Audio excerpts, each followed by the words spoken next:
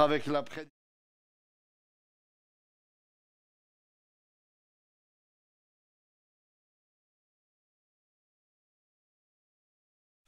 à 93. Psaume 119, 89.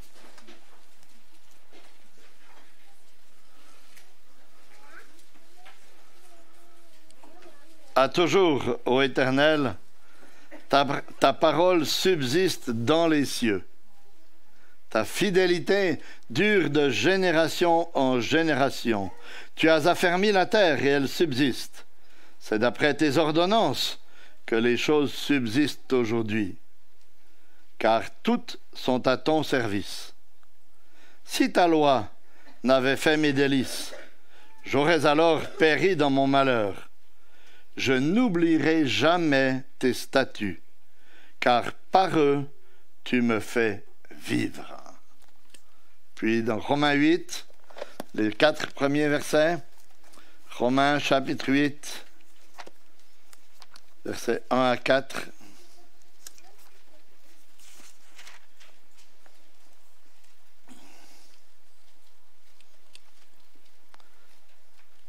Il n'y a donc maintenant aucune condamnation pour ceux qui sont en Christ Jésus, qui marchent non selon la chair, mais selon l'Esprit. En effet, la loi de l'Esprit de vie en Christ m'a libéré de la loi du péché et de la mort. Car chose impossible à la loi, parce que la chair la rendait sans force, Dieu, en envoyant à cause du péché son propre Fils dans une chair semblable à celle du péché, a condamné le péché dans la chair. Et cela pour que la justice prescrite par la loi soit accomplie en nous, l'Esprit. Maintenant dans Matthieu au chapitre 22, les versets 34 à 40. Matthieu 22, versets 34 à 40.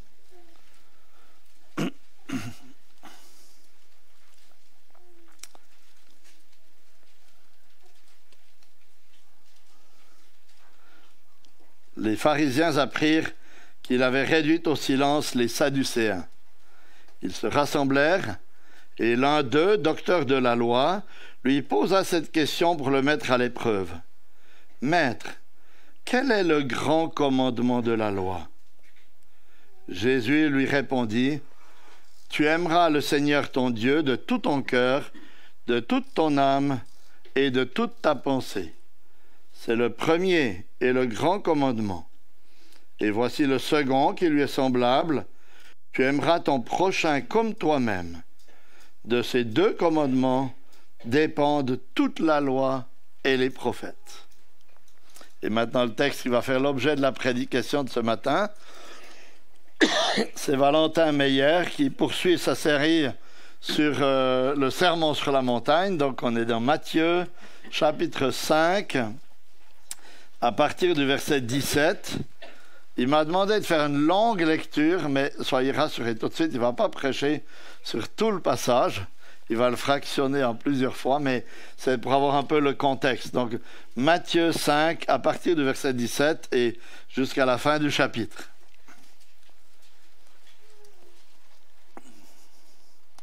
C'est Jésus qui est en train de parler sur la montagne à ses disciples et à la foule qui était là.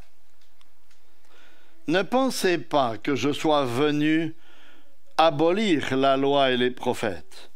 Je suis venu non pour abolir, mais pour accomplir. En vérité, je vous le dis, jusqu'à ce que le ciel et la terre passent, pas un seul iota, pas un seul trait de lettre de la loi ne passera jusqu'à ce que tout soit arrivé. Celui donc qui violera l'un de ses plus petits commandements et qui enseignera aux hommes à faire de même sera appelé le plus petit dans le royaume des cieux. Mais celui qui les mettra en pratique et les enseignera, celui-là sera appelé grand dans le royaume des cieux. Car je vous le dis, si votre justice n'est pas supérieure à celle des scribes et des pharisiens, vous n'entrerez point dans le royaume des cieux. Vous avez entendu qu'il a été dit aux anciens, tu ne commettras pas de meurtre.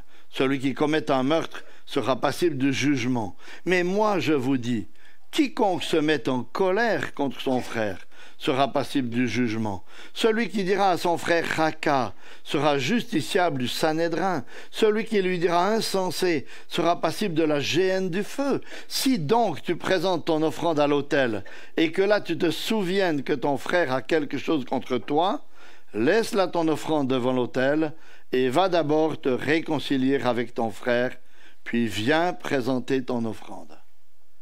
Arrange-toi promptement avec ton adversaire pendant que tu es encore en chemin avec lui, de peur que l'adversaire ne te livre au juge, le juge au garde, et que tu ne sois mis en prison. En vérité, je te le dis, tu ne sortiras point de là que tu n'aies payé jusqu'au dernier centime. Vous avez entendu qu'il a été dit, tu ne commettras pas d'adultère. Mais moi je vous dis, quiconque regarde une femme pour la convoiter a déjà commis adultère avec elle dans son cœur. Si ton œil droit est pour toi une occasion de chute, arrache-le et jette-le loin de toi, car il est avantageux pour toi qu'un seul de tes membres périsse et que ton corps entier ne soit pas jeté dans la géhenne. Si ta main droite est pour toi une occasion de chute, coupe-la et jette-la loin de toi, car il est avantageux pour toi qu'un seul de tes membres périsse et que ton corps entier n'aille pas dans la géhenne. Il a été dit que celui qui répudie sa femme lui donne une lettre de divorce. Mais moi, je vous dis, quiconque répudie sa femme, sauf pour cause d'infidélité, l'expose à devenir adultère. Et celui qui épouse une femme répudiée commet un adultère.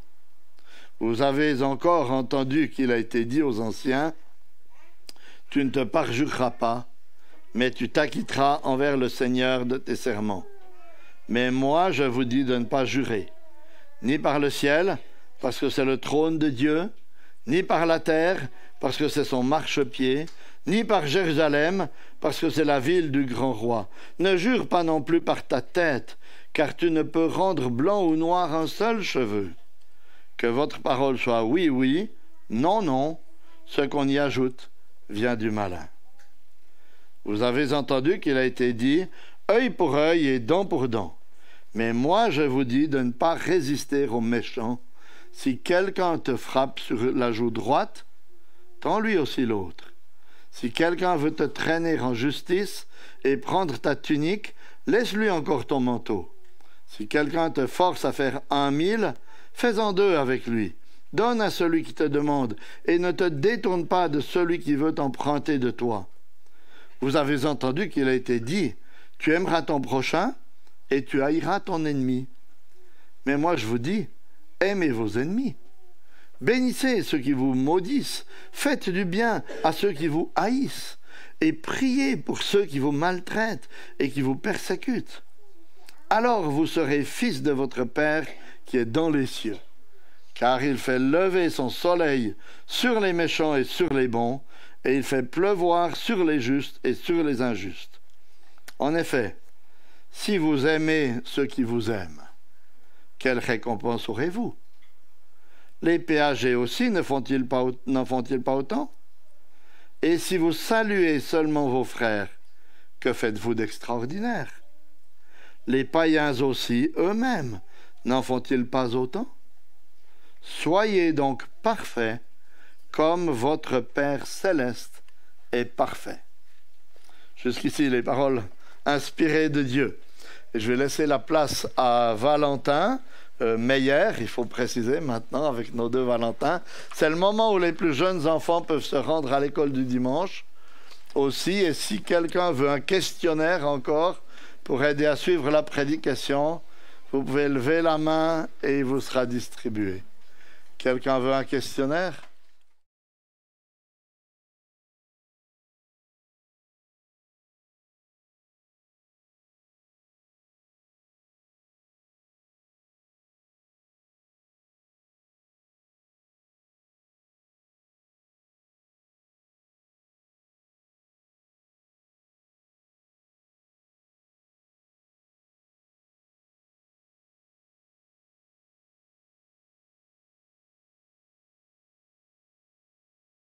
Oui, je m'entends bien.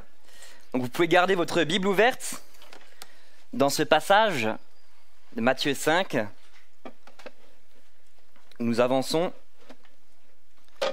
dans notre série sur le sermon sur la montagne. Et j'aimerais commencer par vous poser une question. Comment est-ce que vous prenez des décisions? Comment est-ce que tu fais des choix dans ta propre vie, dans tes actions? Est-ce que tu te satisfais de ne pas faire le mal, ou est-ce que tu cherches à faire le bien autour de toi? Est-ce que tu te satisfais de ne pas faire le mal, ou est-ce que tu cherches à faire le bien? Et je vous laisse avec cette question, nous y reviendrons plus tard. Au XVIIIe siècle, le pasteur John Newton disait que l'ignorance de la nature et du fonctionnement de la loi de Dieu était à la base de la plupart des erreurs religieuses. Et 250 ans plus tard, cela semble toujours le cas. C'est peut-être même le sujet avec le plus d'incertitude, le sujet avec le plus d'incompréhension chez les chrétiens. Cette loi de Dieu que Olivier a d'ailleurs lu avant, est-ce que c'est pas l'Ancien Testament? Est-ce que ça ne nous concerne plus tout simplement? Ou est-ce qu'elle est encore d'actualité, cette loi? Et si elle est encore d'actualité, quel rôle devrait-elle avoir aujourd'hui dans notre vie? C'est pourquoi les mots que Jésus emploie à la fin de ce chapitre 5 sont d'une telle importance, parce qu'ils traitent de ce sujet. Et bien qu'on ait lu ensemble l'ensemble du chapitre, la fin du chapitre, on va se concentrer ce matin sur les versets 17 à 20, qui forment une sorte d'introduction à tout ce passage. Et nous allons nous poser 5 questions. 5 questions en 3 parties pour essayer de mieux cerner ce qu'est cette nouvelle justice du chrétien, pour essayer de mieux comprendre ensemble quel devrait être notre rapport à la loi de Dieu. Alors la première partie, ça sera tout simplement une introduction sur la loi. Qu'est-ce que c'est la loi? Est-ce que c'est vraiment nécessaire, la loi? Dans une deuxième partie, nous verrons le rapport entre Jésus et la loi. Et enfin, nous verrons le rapport entre nous, chrétiens, et la loi. Mais avant cela, je vous invite à la prière. Éternel, notre Dieu, au moment de prendre en main l'étude de ce passage, nous voulons te demander de nous venir en aide, de me venir en aide pour que je puisse proclamer les merveilleuses vérités de ta parole avec droiture et fidélité, mais aussi avec clarté pour qu'elles soient compréhensibles, et te demander, Seigneur, de nous venir en aide pour que tu puisses ouvrir les yeux de notre cœur, pour que nous puissions contempler la gloire de ta grâce et voir quelle est la perfection de l'œuvre de Jésus-Christ pour nous. Oui, notre Dieu, notre Père, nous comptons sur toi, sur ton Saint-Esprit, pour qu'il puisse faire cette œuvre dans nos cœurs, que ta parole puisse ne pas revenir à toi sans avoir produit un effet dans nos vies.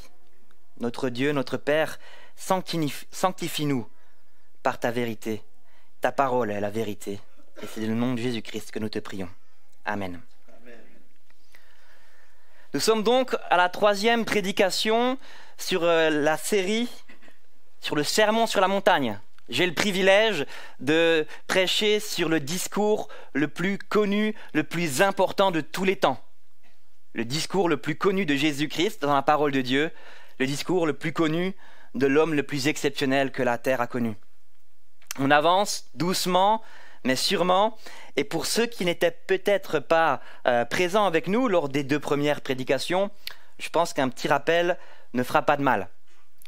Alors nous avons vu premièrement que Jésus décrit le caractère du citoyen du royaume des cieux dans les béatitudes, les 11 premiers versets. Le chrétien est pauvre en esprit, il est humble, il est doux, miséricordieux, artisan de paix.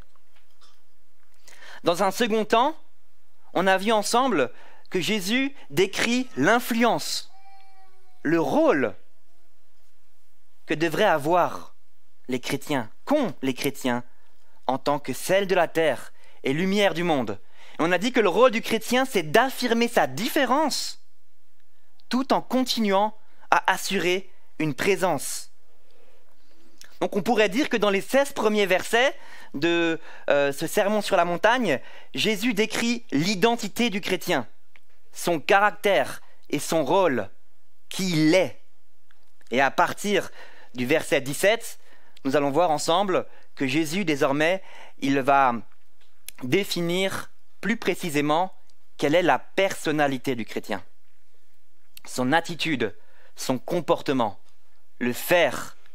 Premier temps, identité, maintenant, personnalité. Qui il est, ce qu'il fait. Et on voit bien ça dans le fait que dans les 16 premiers versets, Jésus utilise la deuxième personne du pluriel. En s'adressant à la foule, en s'adressant à ses disciples. Heureux ceux qui, vous êtes le sel de la terre. Et maintenant, à présent, il passe à la première personne du singulier. En vérité, je vous le dis, je vous le déclare. Et l'utilisation de la première personne du singulier, c'est tout simplement la forme de la parole d'autorité. Et c'est pourquoi ce passage est d'une importance capitale. Parce que Jésus y affirme non seulement sa définition de la justice chrétienne, mais aussi il explique quelles sont les relations qu'il y a entre l'Ancien et le Nouveau Testament. Avant de nous plonger au cœur du texte, je vous propose donc de nous poser 2 questions dans notre première partie. Première partie sur la loi. Qu'est-ce que c'est la loi ? Première question, qu'est-ce que c'est la loi de Dieu ? Si on regarde dans notre passage, quel est le sens que Jésus donne ici au mot loi dans le sermon sur la montagne ? Vous voyez au verset 17, il utilise la distinction entre la loi et les prophètes. Au verset 19, il parle de la loi en termes de commandements. Et ces commandements nous rappellent les commandements que Dieu a donnés à son peuple par l'intermédiaire de Moïse. Et si nous avons lu l'ensemble du passage jusqu'à la fin du chapitre, c'est parce que justement, Jésus prend des exemples en utilisant la loi qu'il a donnée, les 10 commandements. Alors qu'est-ce que c'est la loi ? Ce sont des commandements, ce sont des règles que Dieu a données à son peuple pour le mettre sur les bons rails, pour le mettre sur les rails d'une vie qui le reflète, qui reflète le caractère de Dieu. Une vie qui reflète le caractère de Dieu, c'est-à-dire une vie de vérité, une vie de bonté, une vie de justice et surtout une vie d'amour. Et c'est pourquoi on a lu l'autre passage dans l'évangile de Matthieu. Jésus affirme que le plus grand des commandements, c'est « tu aimeras le Seigneur ton Dieu de tout ton cœur, etc. » Et puis, tu aimeras ton prochain comme toi-même. Tu aimeras. Et il a rajouté quoi ? Que de ces 2 commandements dépendent toute la loi et les prophètes. Donc, c'est comme pour dire que la loi de Jésus, c'est une loi d'amour. Et tous les autres commandements, ils sont là pour te montrer, pour nous montrer comment aimer en pratique. Comment aimer Dieu et comment aimer notre prochain. Donc la loi de Dieu, pour répondre à notre question, ce sont des commandements qui nous mettent sur les rails d'une vie d'amour pour Dieu et pour notre prochain, pour que nous puissions le refléter là où nous sommes. Deuxième question qu'on peut souvent se poser, mais est-ce que cette loi est nécessaire ? Est-ce que c'est nécessaire les lois ? Est-ce que vous avez déjà entendu des choses comme ça ? Aujourd'hui, nous ne sommes plus sous la loi, mais sous la grâce. Il cite Romains 6, verset 15. Nous sommes sous l'influence de l'Esprit de Dieu. On a le Saint-Esprit en nous, donc on n'a plus besoin de loi. On n'a plus besoin de règles, de codes, de commandements à respecter. C'est à la mode aujourd'hui, non ? Je pense que vous avez tous déjà entendu ça autour de vous. plus de règles, plus de lois. Il faut agir un peu au feeling, il faut suivre son cœur. Ça, c'est tellement à la mode dans la pensée individualiste de notre monde qui a tendance parfois à avoir une influence négative sur l'Église, sur la compréhension du chrétien par rapport à la loi. Et en fait, ils partent d'une vérité. Ils prennent une petite part de vérité et ils ajoutent plein de non-vérités, plein de faussetés, pour finalement arriver à faire ce qu'on a envie de faire. La vérité, c'est que oui, en tant que chrétien, Dieu nous pousse, Dieu nous conduit, Dieu nous guide pour faire le bien dans notre vie, pour nous montrer comment vivre une vie qui le reflète. Mais quel est le moyen que Dieu a utilisé pour faire cela? En utilisant les commandements qui sont dans sa parole. Alors que dire à ces personnes qui vous disent « il n'y a plus besoin de loi, vu qu'on a le Saint-Esprit en nous ». On peut leur dire que nous ne sommes pas encore au paradis. Alors oui, dans l'éternité, on n'aura plus besoin de loi.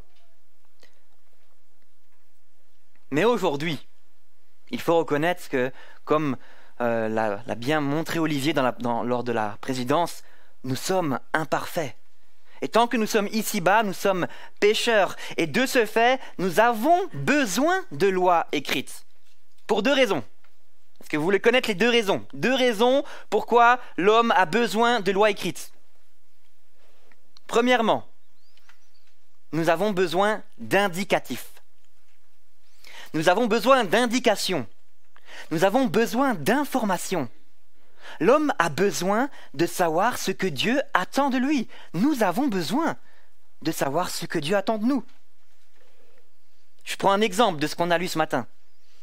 Est-ce que de nous-mêmes, est-ce que de moi-même, j'aimerais, je bénirais, je prierais pour ceux qui me haïssent, pour ceux qui me maltraitent et pour ceux qui me persécutent? Naturellement, est-ce que je le ferais sans que cela soit rédigé dans la parole de Dieu? Vous peut-être, pas moi. Nous avons besoin d'indicatifs, mais nous avons aussi besoin d'impératifs. Nous avons besoin d'être contraints. Contraints à suivre des règles pour ne pas subir des sanctions. Et je prends un exemple de la vie de tous les jours. Honnêtement, qui de vous n'a jamais conduit sous la vitesse écrite parce qu'il a vu, attention, radar? Notre envie peut-être, des fois, c'est d'aller plus vite.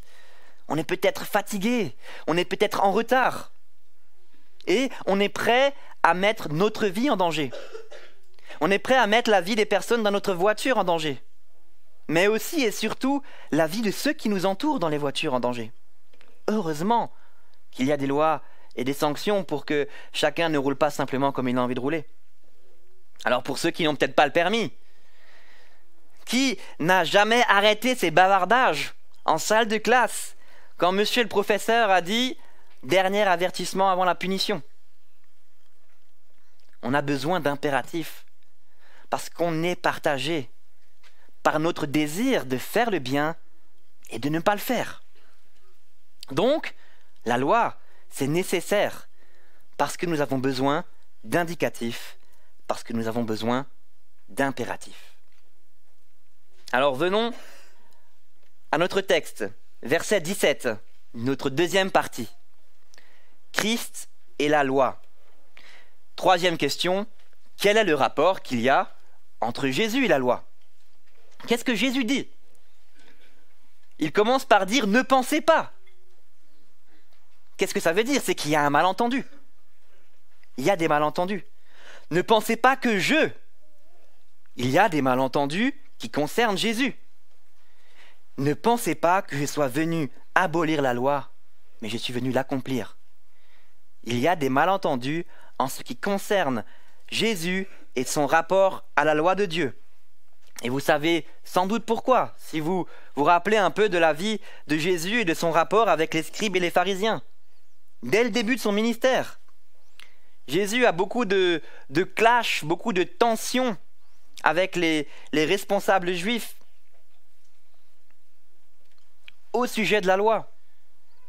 Par exemple, dès le tout début de son ministère, en Marc 3, on voit Jésus guérir un jour de sabbat. Et les pharisiens ont dit, la loi, le commandement de Dieu, c'est qu'on ne fait rien le jour du sabbat, même pas le bien. Jésus dit non. Jésus permet à ses disciples, avant un repas, de ne pas faire le lavage des mains rituel. Alors que les pharisiens disent, le commandement de Dieu, c'est qu'on doit, avant chaque repas, faire ce lavage. Qui a raison? Donc les experts de la loi, les pharisiens, les docteurs, pouvaient en venir à croire, et même à faire croire autour d'eux que Jésus était contre la loi, pour dire, ce Jésus, c'est un imposteur, il est contre la loi de Moïse, c'est un blasphémateur, ne le suivez pas. C'est pourquoi ici, Jésus rectifie le tir. Il n'est pas venu pour abolir, mais il est venu pour accomplir. Arrêtons-nous sur le mot accomplir. Le mot accomplir, qui, si on le traduit un peu plus littéralement, c'est le mot remplir. Il est utilisé à d'autres endroits dans la Bible pour parler du filet de poisson qui est rempli. Remplir de tout son sens. Donner tout son sens. Peut-être que certains d'entre vous ont la traduction de la parole de vie, qui est assez intéressante pour ce verset. Il est écrit dans cette traduction, « Il n'est pas venu pour supprimer les commandements de Dieu, mais pour leur donner tout leur sens. » Alors prenons 3 exemples. Trois types d'accomplissements de l'Ancien Testament que Jésus réalise dans sa vie. Et loin de moi l'idée de vouloir classifier, catégoriser les différents types de lois, car je pense que ce n'est pas aussi simple que ça. Mais prenons 3 exemples. Premièrement, les prophéties, les promesses de l'Ancien Testament. Ces promesses qui annoncent le salut, par exemple, par un Messie qui va venir. Elles sont accomplies, on le sait très bien, par la vie de Jésus-Christ, par sa mort à la croix. Deuxièmement, tout l'aspect rituel, tout ce qu'on appelle parfois les lois cérémonielles. Vous savez, dans l'Ancien Testament, il fallait faire des sacrifices pour pouvoir rentrer dans la présence de Dieu, pour pouvoir avoir accès au tabernacle ou au temple. Ces rituels et ces sacrifices qui annoncent aussi et qui préfigurent simplement le sacrifice de Jésus. On peut dire que Jésus les remplit en venant sur terre être l'unique vrai sacrifice. Donc, les lois cérémonielles, attention, il ne faut pas dire qu'elles sont abolies, mais elles sont accomplies dans la personne de Jésus-Christ. Si on ne les fait plus, c'est pas parce que Dieu a dit quelque part qu'on n'a plus besoin de les faire. Non, si on ne les fait plus aujourd'hui, c'est parce que Dieu les a fait pleinement. C'est parce que Dieu les a accomplis pleinement en Jésus-Christ. On n'a plus besoin d'emmener un agneau à l'église pour le sacrifier, parce que Jésus-Christ est le vrai agneau de Dieu qui ôte le péché du monde. Et 3e exemple, c'est tout ce qui concerne la loi morale. Tout ce qui est en rapport avec le comportement de tous les jours. Tout ce que Dieu dit à son peuple pour que nous puissions le refléter. Par exemple, les 10 commandements qu'on a lus avant.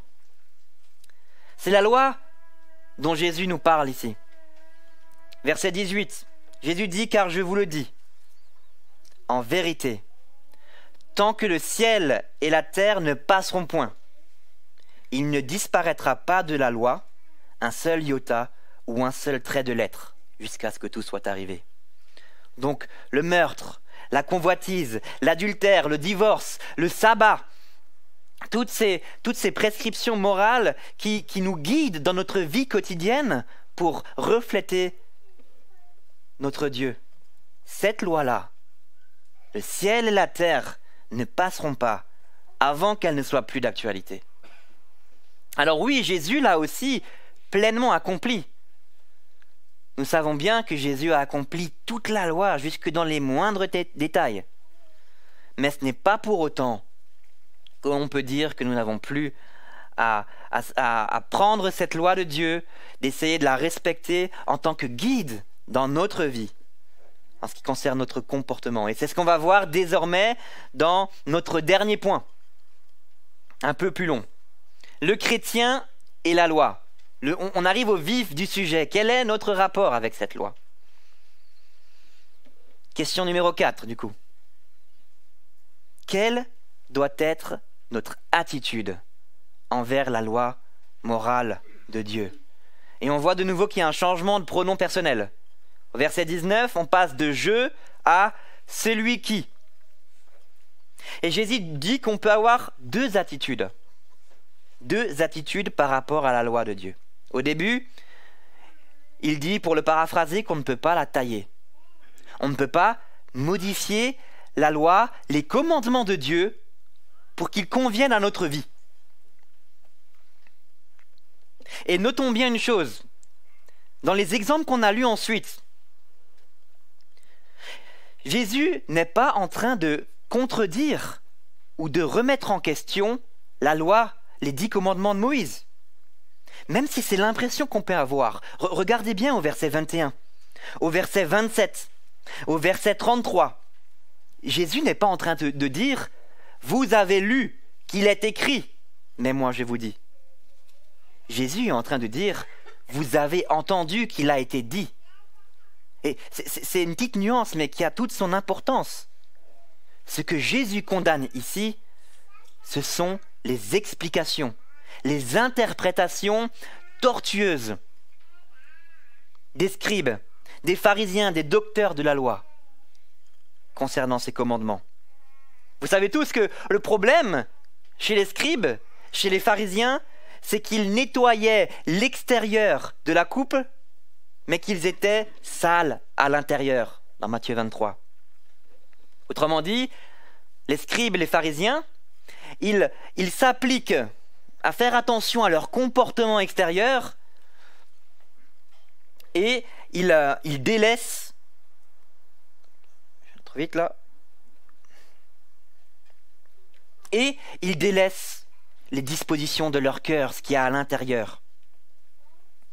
Du coup, si un commandement de Dieu leur demandait trop d'amour, cette loi du Christ, cette loi d'amour, si un commandement demandait trop d'amour aux responsables juifs, ils l'interprétaient à leur manière, ils le modifiaient pour que ça leur convienne.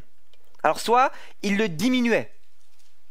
Quand ça les arrangeait, ils les diminuaient. On l'a lu au verset 43. Verset 43, je lis « Tu aimeras ton prochain et tu haïras ton ennemi. » Les responsables juifs disaient « Qui est mon prochain ?» Mon prochain, c'est simplement le juif. Et mes ennemis, j'ai le droit de les haïr. C'est pas ce que dit la loi de Dieu. Pareil pour le meurtre. Moi, je n'ai pas tué mon voisin, donc je n'ai pas transgressé la loi. Alors, mon voisin, je le déteste, j'ai envie de le frapper, peut-être de l'insulter, et en moi, j'ai des mauvaises pensées par rapport à mon voisin, mais tant que je ne l'ai pas tué, j'ai respecté la loi. C'est un peu comme ça qui fonctionnait. Et est-ce qu'on n'a pas peut-être aussi tendance, nous-mêmes, à faire cela, à couper la loi pour qu'elle nous arrange? Non, Dieu ne peut pas me demander d'aimer cette personne avec laquelle je n'arrive pas à m'entendre. Non, il ne peut pas me demander ça. Dieu ne peut pas nous demander aujourd'hui de ne plus avoir de relations sexuelles avant le mariage. Voyons, pas aujourd'hui. Dieu ne peut pas nous demander d'observer un jour de sabbat. Donc, dans un premier temps, des fois, il diminue les lois. Mais quand ça les arrange, ils peuvent aussi les augmenter. Dans la Halakha, donc c'est un recueil officiel de lois juives, qui est encore d'actualité dans de nombreuses communautés, et qui remonte aux enseignements des scribes et des pharisiens. Il est écrit qu'un homme juif peut prendre la décision de divorcer avec sa femme si elle a brûlé son repas. Donc, on est bien loin de ce que la loi de Dieu dit. Donc, quand ça les arrange, ils la diminuent, Et quand ça les arrange, ils vont l'augmenter, cette loi. Et Jésus condamne ce genre de comportement. Donc ça, c'est l'aspect négatif. Modifier, diminuer, augmenter les commandements de Dieu quand ça nous arrange. Mais positivement, Jésus dit que celui qui les met en pratique, celui-là sera appelé grand dans le royaume des dieux. Est-ce que j'aime, est-ce que je tâche d'obéir à toute la loi de Dieu? Est-ce que j'ai envie de l'enseigner aux autres? Aujourd'hui, dans un monde où c'est pas facile des fois d'enseigner les commandements de Dieu sur le mariage, sur le divorce, sur la sexualité, sur la générosité envers les pauvres, sur le pardon vis-à-vis de ceux qui nous ont fait du tort, sur appartenir à une église, témoigner de notre foi. C'est ce que Dieu pourtant nous indique de faire pour que nous puissions vivre une vie qui le reflète, pour que nous puissions vivre sur les bons rails qui mènent à la vie éternelle. Alors on peut se poser la question à la fin de ce point. Y a-t-il un commandement que j'ai tendance à couper, à arranger? Cette personne, je ne suis pas obligé de l'aimer, je pense. Cette action, aujourd'hui, je ne suis pas obligé de la faire. Ça m'arrange. Dernier point, dernière question. Pourquoi est-ce que c'est si important d'avoir une telle attitude vis-à-vis de la loi de Dieu? Verset 20. Verset 20, Jésus donne l'explication. Il utilise le mot « car ». « Car je vous le dis, si votre justice ne surpasse pas celle des scribes et des pharisiens, vous n'entrerez point dans le royaume des cieux. » Cette phrase, elle a dû faire sursauter les disciples et la foule. Imaginez-vous, Jésus, il est en train de condamner les scribes, les pharisiens, tous les responsables juifs, ceux qui étaient réputés pour être les personnes les plus scrupuleuses, qui cherchaient le plus méticuleusement à respecter les lois. Ils les comptaient, ils essayaient de les respecter de toutes les manières possibles. Et Jésus est en train de les condamner. Il est en train de dire à ses disciples, à la foule, si votre justice ne surpasse pas la leur, vous n'entrerez point dans le royaume des cieux. Mais si on prend du recul avec ce qu'on a dit jusqu'à maintenant, on considère une chose, c'est que Jésus est en train de condamner l'attitude des scribes et des pharisiens par rapport à la loi de Dieu. Le fait qu'il la dilue, le fait qu'il la concentre quand ça les arrange, le fait qu'il transforme les lois de Dieu pour convenir à leurs exigences, pour convenir à leur quotidien et à ce qu'ils ont envie de faire. Et Jésus dit, ce que Jésus dit ici, c'est que si nous avons la même attitude, si nous voulons continuer à faire le tri et décider nous-mêmes ce qui est bon et ce qui peut être laissé de côté, ça veut dire quoi? Ça veut dire que nous ne sommes jamais repentis d'être notre propre patron, d'être celui qui fait ses propres règles pour sa propre vie. Ça veut dire que nous n'avons jamais cédé cette place à Dieu, pour dire à Dieu, c'est toi qui commandes. Et ce n'est pas à moi de commander et de décider ce que tu exiges. Et mes amis, la conversion, la nouvelle vie avec Dieu, elle commence par là, quand nous lâchons prise. Quand nous nous repentons sur notre manière de vouloir diriger notre vie, même si nous vivons dans un monde qui nous encourage à diriger notre vie en suivant notre cœur. Quand nous disons à Dieu, Seigneur, j'ai assez de confiance en toi pour croire que tes ordres sont bons, pour croire que la manière de vivre que tu me commandes, elle est parfaite. Et que tout ce que j'aime pas là-dedans, que tout ce qui me convient pas dans tes commandements, c'est une erreur de ma part. Alors, est-ce qu'on applique notre loi pour paraître bien de l'extérieur, pour paraître être un bon chrétien, comme le font les pharisiens? Est-ce que nous sommes attristés uniquement par nos manquements visible par les autres.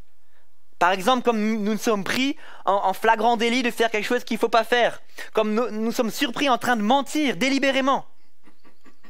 Ou est-ce que je suis aussi, est-ce que tu es aussi, est-ce que nous sommes aussi attristés par les mauvaises pensées qui sont en nous et que seul Dieu connaît en nous? Pour résumer cela, on pourrait poser la question, une question importante. Est-ce que nous corrigeons la loi pour qu'elle nous convienne? Ou est-ce qu'on laisse la loi de Dieu nous corriger pour qu'elle nous convienne? Est-ce que nous corrigeons la loi ou est-ce qu'on la laisse nous corriger? Et plus on réfléchit à ce que Jésus dit ici, et ce qu'on a lu dans les versets qui suivent et que nous verrons la prochaine fois, la profondeur de ces commandements qui ne se limitent pas simplement à ne pas tuer pour le meurtre, on se rend compte que c'est impossible. On se dit, mais Dieu, je ne peux pas. Alors que faire? Si ce matin, à la suite de la lecture de ce passage et de ce qui a été dit jusqu'à présent, tu te dis, mais moi, je ne peux pas, c'est impossible. Qu'est-ce que je peux faire? Se rendre compte que c'est impossible, c'est déjà un premier pas. Et la réponse que la Bible nous donne par rapport à cela, par rapport à l'accomplissement de la loi d'une manière générale, elle est intéressante. La réponse que Dieu nous donne par le biais de l'apôtre Paul, par exemple, en Romains 13, verset 10, je vous le dis, Paul dit que l'amour est l'accomplissement de la loi. On a dit la loi du Christ, une loi d'amour envers Dieu et notre prochain. Mais 3 chapitres plus tôt, l'apôtre Paul dit que Christ est l'accomplissement de la loi. Romains 10, verset 4. La réponse que nous donne la Bible, c'est que l'amour n'est pas simplement un principe, comme on le pense facilement aujourd'hui. L'amour, c'est une personne. L'amour, c'est Jésus-Christ. Alors la loi, la justice du royaume de Dieu, la loi du royaume, ce n'est pas premièrement un catalogue de lois, de prescriptions, de principes à suivre à cheval à la lettre, même s'il y en a. C'est avant tout de suivre une personne, de suivre Jésus-Christ. Et à ce propos, pour conclure, j'aimerais qu'on puisse tourner nos regards maintenant vers la croix. Pensons à Jésus-Christ sur la croix, là où il incarne parfaitement l'amour. Là, Jésus respecte tellement les lois de Dieu qu'il meurt pour ne pas les enfreindre. Qu'il meurt parce que nous les avions violées, parce que nous les violons encore, ces lois. Jésus aime tellement la loi de Dieu qu'il est prêt à perdre sa vie pour que la sanction de la loi contre nous soit respectée et payée. Ainsi, c'est par son sacrifice que nous pouvons maintenant vivre sous la loi de Dieu sans avoir peur de la sanction, parce que la partie sanction, elle a été prise, elle a été payée par Jésus-Christ. Alors oui, le constat que vous faites, que nous faisons tous, c'est que nous enfreignons et nous enfreindrons toujours la loi de Dieu. Nous ne sommes pas parfaits et nous ne le serons pas tant que nous sommes ici-bas. Mais ce qui est merveilleux pour le chrétien, j'ai noté 3 choses par rapport à cela. Premièrement, nous n'avons pas à avoir peur de la sanction. Pas avoir peur de l'enfer, car Jésus a déjà payé le prix, a déjà payé la sanction pour moi, pour nous. Deuxièmement, nous ne sommes pas seuls à essayer de lutter avec nous-mêmes, avec nos propres forces, pour essayer d'obéir à la loi de Dieu. La parole nous dit que c'est Christ qui œuvre en nous le vouloir et le faire. Et enfin, en sachant cela, nous pouvons nous rappeler que nous n'avons pas besoin d'être parfaits aujourd'hui. Dieu nous demande aujourd'hui d'obéir à sa loi complètement. mais pas complètement maintenant. C'est-à-dire que Dieu sait que nous avons besoin d'être transformés. Dieu sait que nous avons besoin de grandir dans notre foi. Et Dieu, dans notre vie, il prend compte de notre besoin de sanctification. Mais cela ne nous empêche pas de faire, comme l'apôtre Paul nous dit, de tendre vers la perfection. Tendons vers la perfection. Cherchons à respecter toute la loi morale de Dieu, tous ses commandements, toutes ces règles qui sont là, que Dieu nous donne pour nous dire comment l'aimer, pour nous dire comment aimer notre prochain, pour nous mettre sur les rails d'une vie d'amour qui le reflète. Cherchons à respecter toute cette loi, motivés non pas par la peur d'un prix à payer si nous ne la respectons pas, mais justement motivés par l'amour et la reconnaissance envers Dieu qui a payé le prix à notre place. Amen.